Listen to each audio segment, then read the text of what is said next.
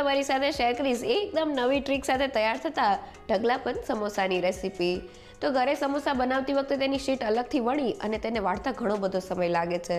આજે આપણે સમોસાને એવી ટ્રીક સાથે તૈયાર કરશું કે એક સાથે સમોસાની ઘણી બધી શીટ તૈયાર થશે અને સમોસા એકદમ ફટાફટ તૈયાર થઈ જશે.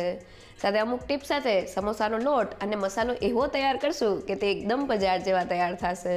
તો ચાલો રેસીપી શરૂ કરીએ. ખસ્તા અને એકદમ બજાર જેવા સમોસા બનાવવા મેં ઘરમાં રહેલી વાટકીના માપથી 2 વાટકી અને વજનમાં 250 ગ્રામ જેટલો મેંદાનો લોટ લીધેલો છે. સાથે સમોસા ખસ્તા બને તેના માટે 1 મોટી ચમચી જેટલો રવો, 1 ચમચી જેટલા અજમાને હાથેથી ક્રશ કરીને એડ કરી દઈએ. સાથે સ્વાદ પ્રમાણે મીઠું અને મોણ માટે મેં અહીંયા 3 મોટી ચમચી જેટલું ઘી લીધેલું છે. અને હવે બધી જ વસ્તુને લોટમાં સારી રીતે મિક્સ કરી લઈએ. સાથે લોટને 2 હાથની હથેળી વચ્ચે ઘસતા જઈને ઘીના મોણને લોટના દરેક કણમાં મિક્સ કરી લઈએ. તો બધી વસ્તુ મિક્સ થઈને લોટનું ટેક્સચર આ રીતનું ક્રમ્બલી થઈ ગયું છે. જેને હાથમાં દબાવીએ તો તે સારી રીતે બાઇન્ડ થાય છે. મીન્સ આપણા મોણનું માપ લોટમાં એકદમ પરફેક્ટ છે. અને હવે લોટ બાંધવા માટે મેં અહીંયા અડધા કપ જેટલું ઠંડુ પાણી લીધેલું છે. તેને એડ કરતા જઈને આપણે સમોસા માટેનો કઠણ લોટ બાંધી લઈએ. તો સમોસા માટેનો આપણો લોટ બંધાઈ ગયો છે અને તે આ રીતનો થોડો કઠણ છે. આ રીતનો લોટ બાંધવામાં મારે અડધા કપ જેટલા ઠંડા પાણીની જરૂર પડેલી છે. તો હવે લોટ ઉપર થોડું તેલ એડ કરીને તેને એકદમ સારી રીતે મસળી લઈએ. તો સમોસાનો લોટ બાંધતી વખતે આ સ્ટેપ સૌથી ઇમ્પોર્ટન્ટ છે. લોટને મસળવાથી તેમાં ગ્લુટેનના સ્ટેન્ડ ફોર્મ થાય છે, જેનાથી લોટમાં એક સ્ટ્રેચીનેસ આવે છે અને આપણે સમોસાની શીટને એકદમ પતલી વણી શકીએ છીએ. તો લગભગ 2 થી 3 મિનિટ જેવું થઈ ગયું છે અને લોટ એકદમ સારી રીતે મસળાઈને આ રીતનો સ્મૂથ તૈયાર થઈ ગયો છે. તો તૈયાર થયેલા લોટને ઢાંકીને ફક્ત 15 થી 20 મિનિટ માટેનો રેસ્ટ આપી દઈએ. તો આપણો સમોસાનો લોટ બંધાઈ ગયો છે. અહીંયા મોળમાં તેલની જગ્યાએ ઘીનો ઉપયોગ કરવાથી સમોસા એકદમ ખસ્તા તૈયાર થશે. સાથે આપણે સમોસાનો લોટ, મેંદો અને તેમાં થોડો રવો એડ કરેલો છે. રવો એડ કરવાથી સમોસા લાંબા સમય સુધી ક્રિસ્પી રહે છે અને ઘીનો મોળ પણ ઓછું જોઈએ છે. અહીંયા જો તમારે મેંદાની જગ્યાએ ઘઉંના લોટનો ઉપયોગ કરવો હોય તો તમે 1 કપ ઘઉંના લોટ સાથે 2 ચમચી જેટલો રવો એડ કરી દેજો. સાથે આપણે સમોસાનો લોટ ઠંડા પાણીથી બાંધેલો છે. ઠંડા પાણીનો ઉપયોગ કરવાથી જે આપણે ઘીનું મોણ એડ કરેલું છે તે ઘી ફ્રીઝ થઈ જશે અને જ્યારે આપણે સમોસાને તળશું ત્યારે તે એકદમ ખસ્તા તૈયાર થશે. સાથે સમોસાનો લોટ આપણે એકદમ કઠણ બાંધવાનો છે. જો લોટ ઢીલો હશે તો સમોસા તળ્યા પછી થોડી વારમાં પોચા પડી જશે. તો હવે સમોસાનું એકદમ ટેસ્ટી સ્ટફિંગ બનાવી લઈએ. તો આ સ્ટફિંગ માટે એક સ્પેશિયલ મસાલો તૈયાર કરવા ખાયણીમાં 1 મોટી ચમચી જેટલા સૂકા લીલા ધાણા, 1 મોટી ચમચી જેટલી લીલી વરિયાળી અને 1 મોટી ચમચી જેટલું જીરું એડ કરી દઈએ. તો મેં આ ધાણા, વરિયાળી અને જીરાનું માપ સરખું રાખેલું છે. હવે તેને દસ્તાથી અધકચરા ક્રશ કરી લઈએ. તો બધી વસ્તુ ક્રશ થઈને આ રીતનો અધકચરો મસાલો તૈયાર થઈ ગયો છે. અને હવે સ્ટફિંગ બનાવવા પેનમાં 2 મોટી ચમચી જેટલું તેલ એડ કરી દઈએ. તમે તેની જગ્યાએ ઘીનો ઉપયોગ પણ કરી શકો છો. હવે આપણો વાટેલો અધકચરો મસાલો એડ કરીને તેને તેલમાં સારી રીતે સાતળી લઈએ. તો વાટેલા મસાલાને આ રીતના તેલમાં સાતળવાથી સ્ટફિંગનો સ્વાદ એકદમ સરસ આવે છે. હવે મેં અહીંયા 1 મોટી ચમચી જેટલી લીલા મરચાંની પેસ્ટ લીધેલી છે. સાથે 1 ચમચી જેટલી આદુની પેસ્ટ એડ કરીને તેને પણ સારી રીતે સાતળી લઈએ. હવે મેં અહીંયા વજનમાં 400 ગ્રામ અને 3 મીડિયમ સાઇઝના બટેટાને બાફી લીધેલા છે. તો મેં અહીંયા બાફેલા બટેટાને થોડા ઠંડા કરી લીધેલા છે, જેથી તેમાં પાણીનો ભાગ ન રહે. હવે તેને હાથેથી મેશ કરીને કઢાઈમાં એડ કરી દઈએ. સાથે 1/4 કપ જેટલા લીલા વટાણા, તમે ફ્રોઝન વટાણાનો ઉપયોગ કરેલો છે. જો તમે કાચા વટાણા લેતા હોય તો તેને થોડા બાફી લેવા. હવે 1 મોટી ચમચી જેટલો ચાટ મસાલા પાવડર, સાથે સ્વાદ પ્રમાણે મીઠું, 1 ચમચી જેટલો મરી પાવડર અને 1 મોટી ચમચી જેટલી કસૂરી મેથીને હાથેથી ક્રશ કરીને એડ કરી દઈએ. સાથે અડધી ચમચી જેટલો ગરમ મસાલા પાવડર અને થોડા કોથમીરના પાન એડ કરીને બધી જ વસ્તુને મિક્સ કરી લઈએ. તો સમોસાના સ્ટફિંગમાં મસાલા થોડા ચડિયાતા એડ કરવાથી સમોસા એકદમ ટેસ્ટી લાગે છે. તો બધી વસ્તુ મિક્સ થઈ ગઈ છે.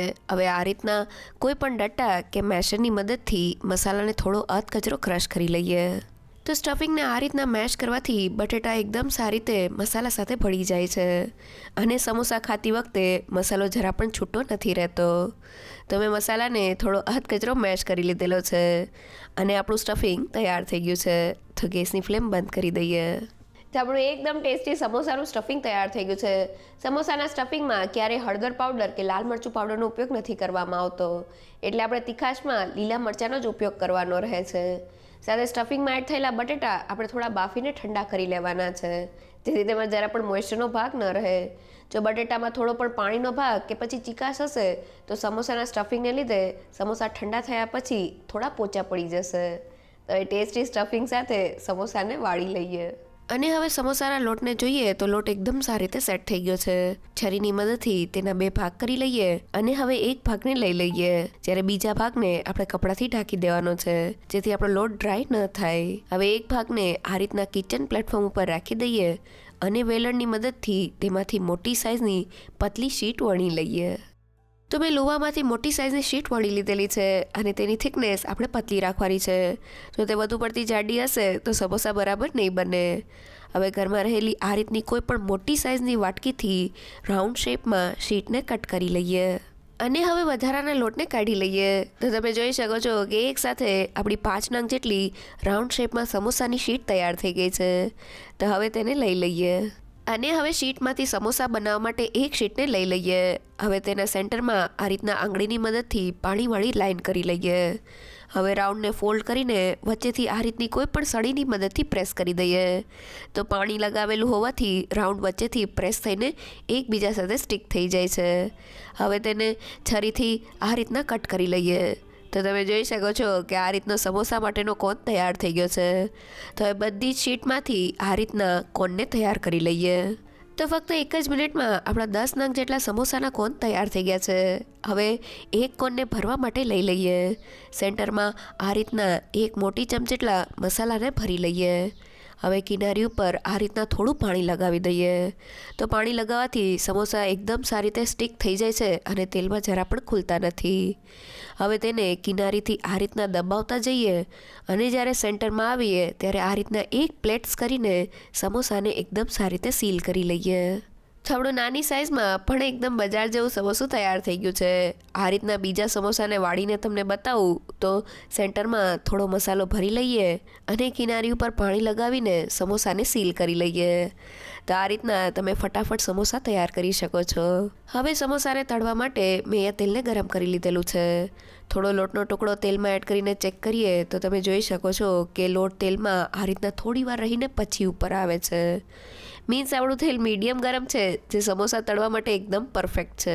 તો ગરમ તેલમાં સમોસાને તળવા માટે એડ કરી દઈએ. તો આપણે કડાઈમાં સમાય તેટલા સમોસા એડ કરી દેવાના છે. તો મેં સમોસાને એડ કરી દીધેલા છે. શરૂઆતમાં આપણે તેને પલટાની ઉતાવળ નથી કરવાની. તો લગભગ 2 થી 3 મિનિટ જેવું થઈ ગયું છે. હવે ચમચીની મદદથી સમોસાને ફેરવતા જઈને બંને બાજુથી ગોલ્ડન બ્રાઉન અને ક્રિસ્પી થાય ત્યાં સુધી તળી લઈએ. તો સમોસાને તળતી વખતે આપણે ગેસની ફ્લેમ મીડિયમ ટુ લો જ રાખવાની છે. સમોસાને આપણે ક્યારેય હાઈ ગેસની ફ્લેમ પર નથી તળવાના. સાથે આપણે સમોસાને થોડી ક્વોન્ટિટીમાં તળવાના છે, જેથી તેલનું ટેમ્પરેચર મેન્ટેન રહે અને સમોસા બધી જ બાજુથી એકદમ સરસ તળાઈ રહે. તો સમોસાને તળતા લગભગ 12 થી 13 મિનિટ જેવું થઈ ગયું છે અને તમે જોઈ શકો છો કે તે બધી જ બાજુથી એકદમ સારી રીતે તળાઈને ઉપરથી ગોલ્ડન બ્રાઉન અને ક્રિસ્પી થઈ ગયા છે. તો એકદમ ફટાફટ બની જતા આપણા બજાર જેવા ખસ્તા સમોસા તૈયાર થઈ ગયા છે. એકવાર આ ટ્રીક સાથે તેને જરૂરથી ટ્રાય કરજો. તો આપણે એક સાથે ઢગલાબંધ સમોસા તૈયાર થઈ ગયા છે. નવી ટ્રીક સાથે આપણે એક સાથે સમોસાની ઘણી બધી શીટ તૈયાર કરીને તેમાંથી સમોસાને એકદમ ફટાફટ વાળી શકીએ છીએ. સાથે તૈયાર થયેલા સમોસાને આપણે મીડિયમ ટુ લો ગેસની ફ્લેમ પર જ તળવાના છે, જેથી તે અંદરથી એકદમ ખસ્તા તૈયાર થાય. જો આપણે સમોસાને હાઈ ગેસની ફ્લેમ પર તળશું તો તે બહારથી તો ક્રિસ્પી થઈ જશે પણ અંદરથી પોચા રહેશે. તો હવે તૈયાર થયેલા સમોસાને તમને ખોલીને બતાવી દઉં.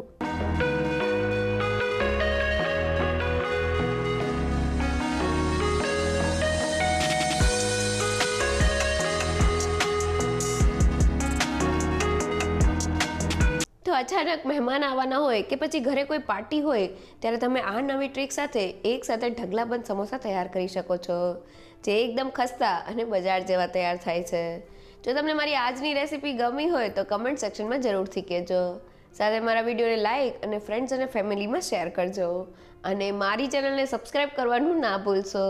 તો ફરી મળીએ એક નવી રેસીપી સાથે.